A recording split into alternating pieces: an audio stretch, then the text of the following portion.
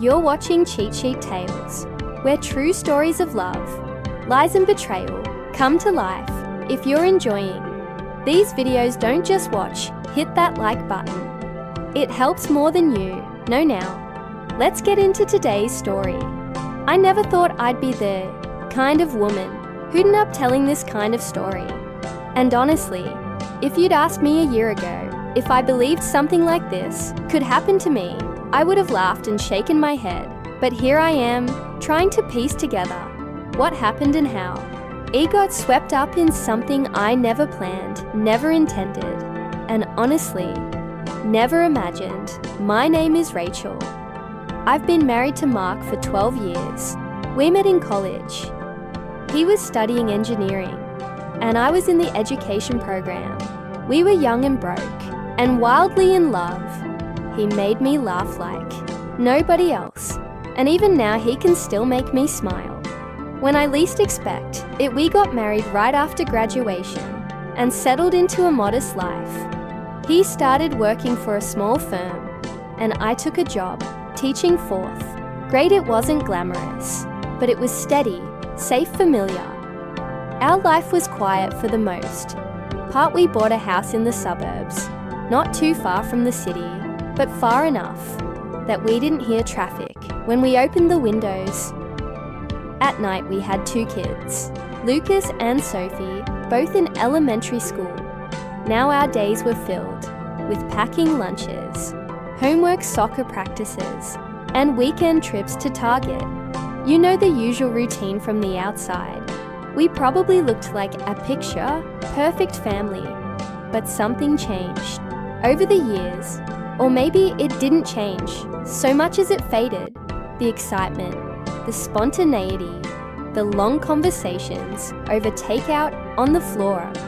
Our first apartment, it all just slowly slipped away. I don't blame Mark, not entirely. Life just got heavy. Bills, work, stress, the endless cycle of chore and responsibilities. We both got tired. We stopped asking each other how we were doing. We started coexisting, moving in the same space, but not really together anymore. I remember the day I first met Jessie. It was a Wednesday in late October, right after parent-teacher conferences. I was exhausted from a long day of back-to-back meetings with parents, and I'd stayed late to catch up on grading. I left the school around 700 p.m. and decided to stop by the grocery store to pick up something for dinner. The kids were with Mark's mom that evening, and Mark had texted that he'd be home late from work. I figured I had some time to myself. I was in the produce section, staring blankly at a bunch of apples, trying to remember if we had any left at home, when I heard a voice behind me. Those aren't the best this time of year. The Honey Crisps over there are better. It turned around and saw him, tall, casual, easy smile.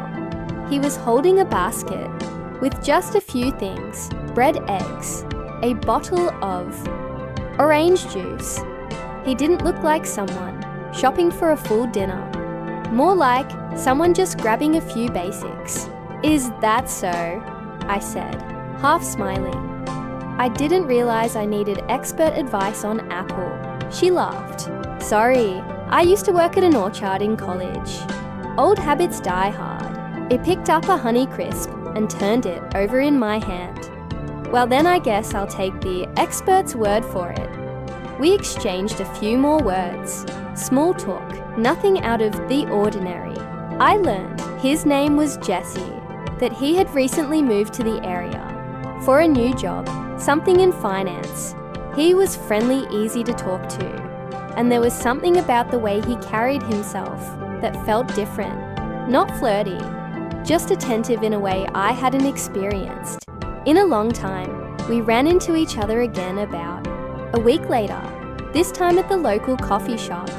I was there grading papers in a Saturday morning, sipping my second cup of caffeine and trying to muster the motivation to finish. Jessie walked in, saw me, and gave a surprised smile. "Rachel, right, the apple skeptic." I laughed, caught red-handed. He got his drink and asked if he could join me. I hesitated for a moment, just a flicker of doubt, but then nodded.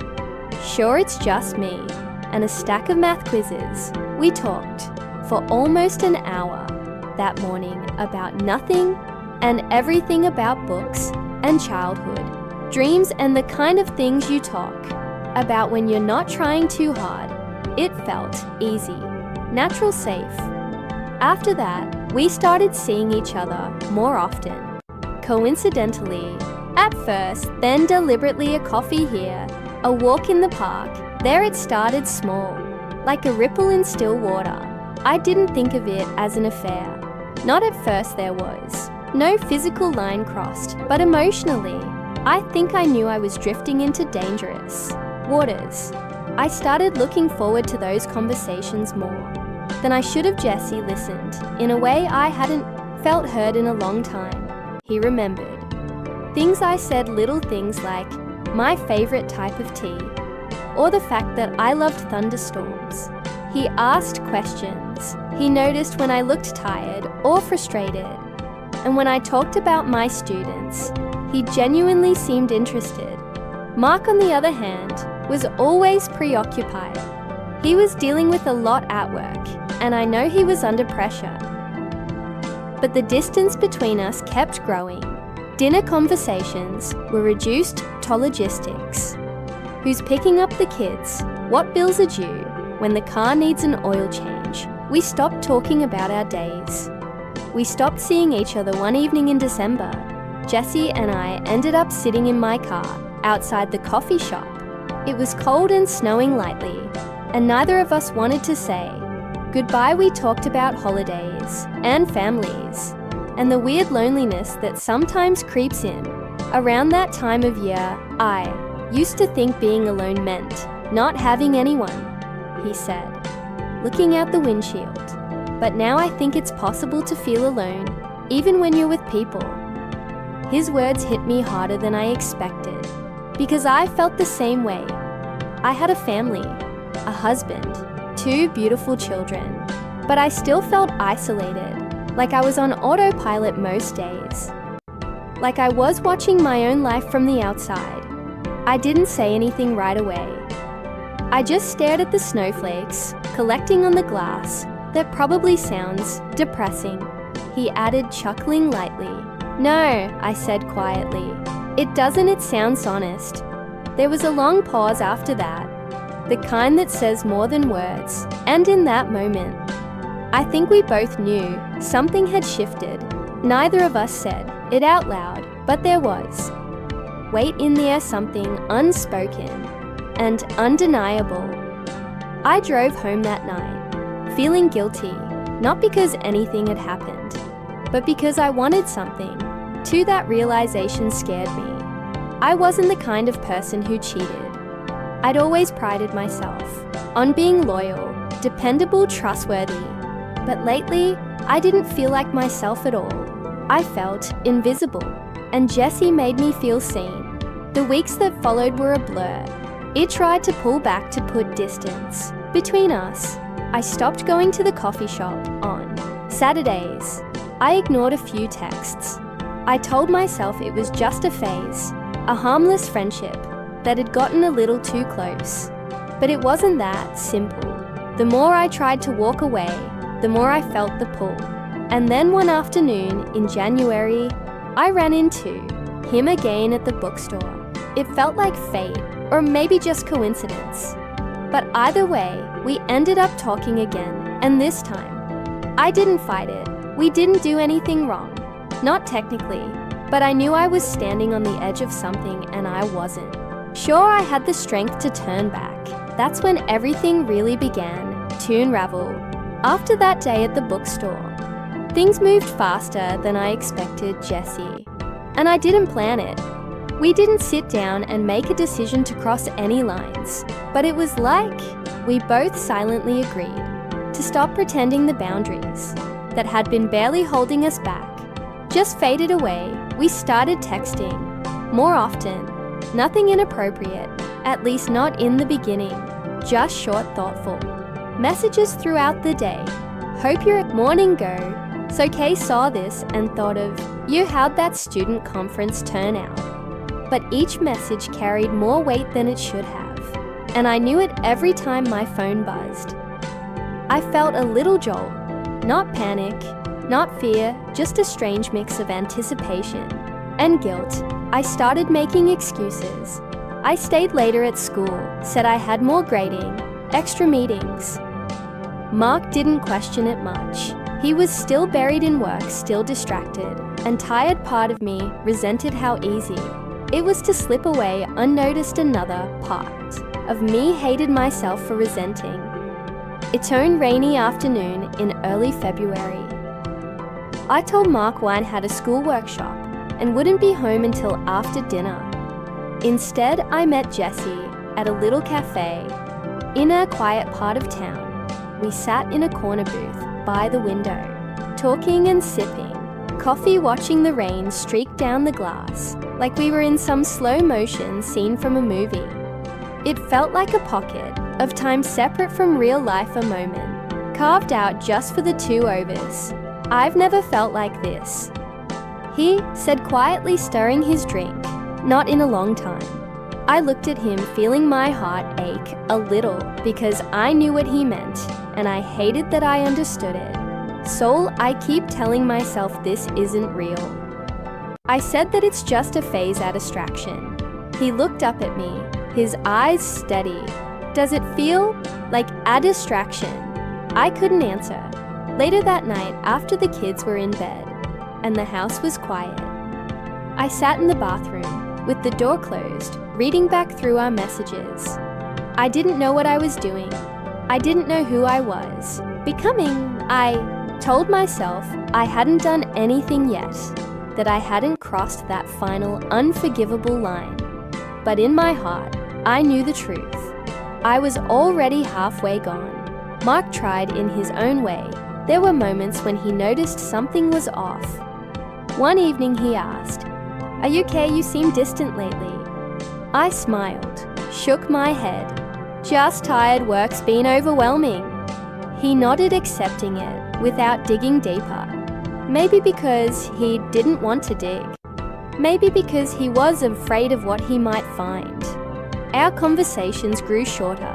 We still functioned: meals, chores, homework, help. We still kissed each other goodnight, but it felt hollow. Like we were actors in a play. We'd both forgotten the lines still. I started journaling again, something I hadn't done in years. I needed a place to put all the thoughts I couldn't say out loud. My words were messy, raw. Some nights, I wrote letters to no one. Some nights, I wrote letters to Jessie, knowing I'd never came. The night that changed everything, it was late March, and Mark had gone on an overnight work trip. The kids were at a sleepover with their cousins, and I had the house to myself. I hadn't planned to see Jessie. I hadn't even told him the house would be empty, but around 8 p.m. he texted, "If you're free, I'd love to see you, even just for a walk."